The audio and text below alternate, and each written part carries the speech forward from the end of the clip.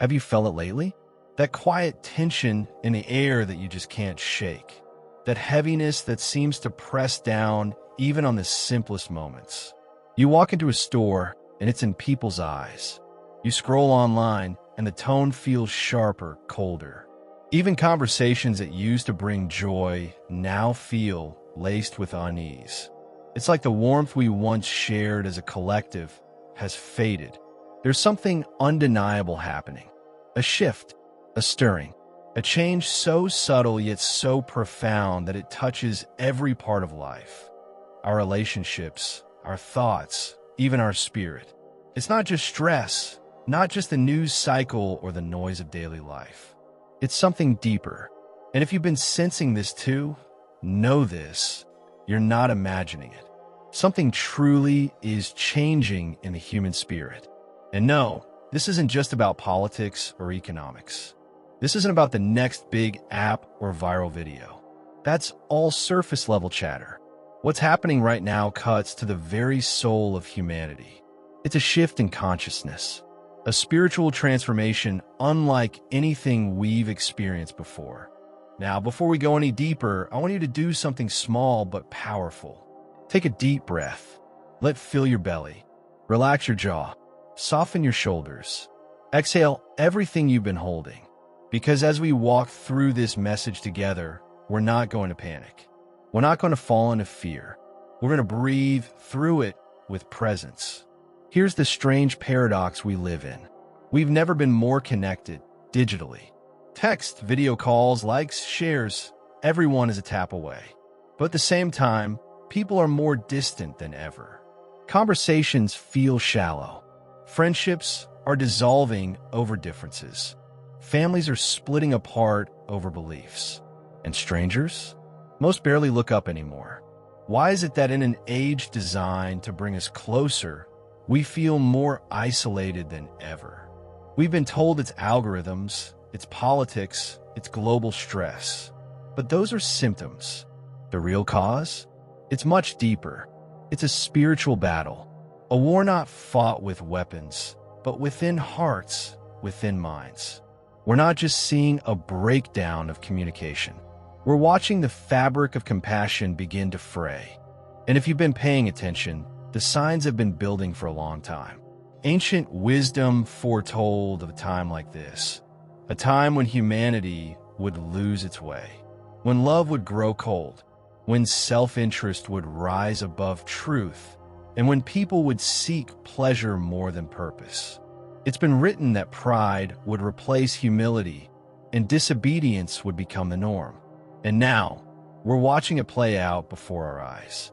This isn't conspiracy. This isn't exaggeration. This is prophecy unfolding. The shift we're living through right now was never meant to be subtle. Like a drumbeat in the distance, these signs were always going to grow louder, more intense, more unavoidable. That's what we're experiencing now, an acceleration. So the question becomes, what do we do with this awareness? When the world around you starts to feel like a storm, how do you stay grounded? When kindness becomes rare, do you harden your heart? When division surrounds you, do you retreat or do you rise above? Because the truth is, you have a choice. You can join the noise, or you can become a calm in the chaos. You can reflect the bitterness you see, or you can become a mirror of grace. But let's be honest, it's hard. Really hard. When you offer a smile and get nothing in return. When you hold the door open and someone walks through like you're invisible. When a small act of kindness is met with suspicion or silence. It's disheartening. Even the roads feel different. It's not just traffic, it's energy, it's impatience, it's rage waiting to be triggered. It's like every driver has a storm bottled up, and all it takes is one wrong move to unleash it. And online, the digital space that was once about celebration and connection now feels like a battleground. It's no longer about sharing moments. It's about winning arguments. Every post, a spark. Every comment, a possible explosion. And somewhere along the way, we forgot how to disagree without destroying each other. But here's what few are talking about. All of this, the tension, the coldness, the sudden changes in human behavior, it's not just cultural, it's spiritual. The atmosphere around us is thickening. There's a heaviness that can't be explained by politics or trends. It's deeper than that. It's a shift in the unseen, a battle that's being fought for the soul of humanity. And it's not over. We're not just walking through life in skin and bones. We're spiritual beings passing through unseen currents that shape everything around us. And right now, those currents are surging. Confusion, deception, anger. It's like something invisible is stirring the pot, amplifying every fracture, every weakness. There's a reason things feel so chaotic. Ancient texts spoke of this. They described it not as a battle of people versus people, but something much deeper, something spiritual. Not a war against flesh and blood, but against forces that operate in hidden places. That piercing glare from a stranger, that outburst from a friend, that wave of tension you feel in a room. It's not just human behavior anymore. It's what's moving behind the scenes. This is why we need discernment now more than ever. The ability to pause and ask, what's really happening here? Is this just frustration? Or is something darker at work? Discernment is like spiritual vision. It lets you see beyond the surface. It cuts through the fog. It helps you recognize the deeper energies behind the chaos. But with that awareness comes responsibility. We're called to stay sharp, alert, but also soft-hearted. Wise as serpents, yes, but also gentle as doves. That's a tough balance to strike in a world this intense. But it's possible, and it's necessary, because even though the world has darkened, you are not powerless in that darkness. You carry light. And here's something few talk about, something crucial.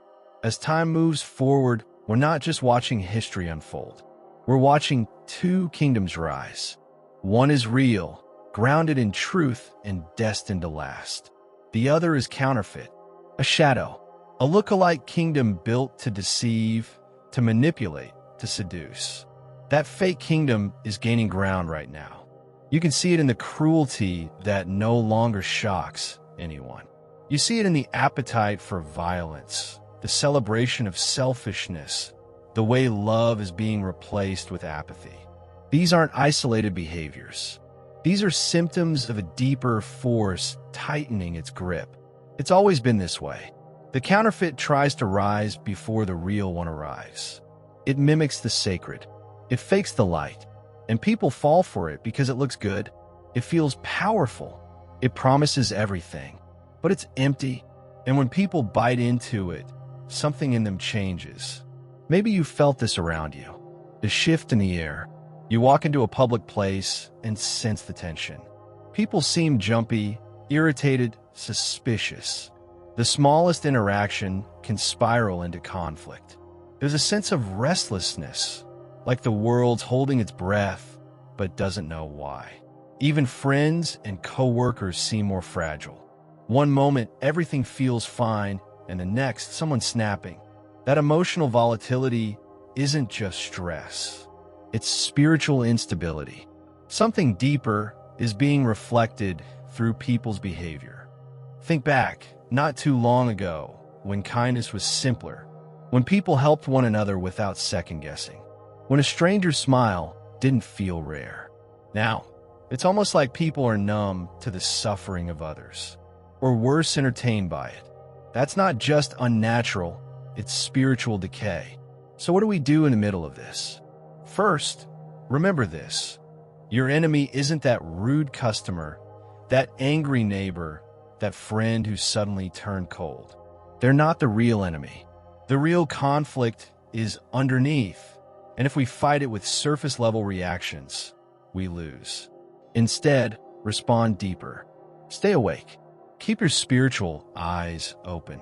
But don't let that awareness harden you. Don't let it make you bitter. Stay soft. Carry compassion. Lead with grace. Because here's the truth. We've all been vulnerable to the same darkness. None of us are immune. The only difference is the grace we've received and our choice to live by it.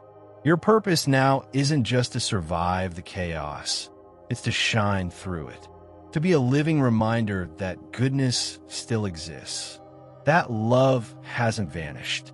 That light still pushes back darkness. Yes, love is rare right now. The hearts of many have turned cold, but yours doesn't have to. In fact, the colder it gets out there, the more radiant your warmth becomes.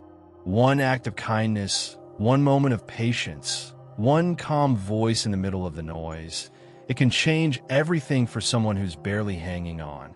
So I ask you, have you noticed a shift? Do you feel it too? If this message spoke to you, tap the thumbs up. It helps more people find this truth. And most importantly, don't lose heart.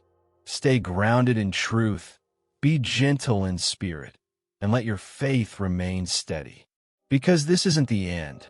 This is just the unveiling.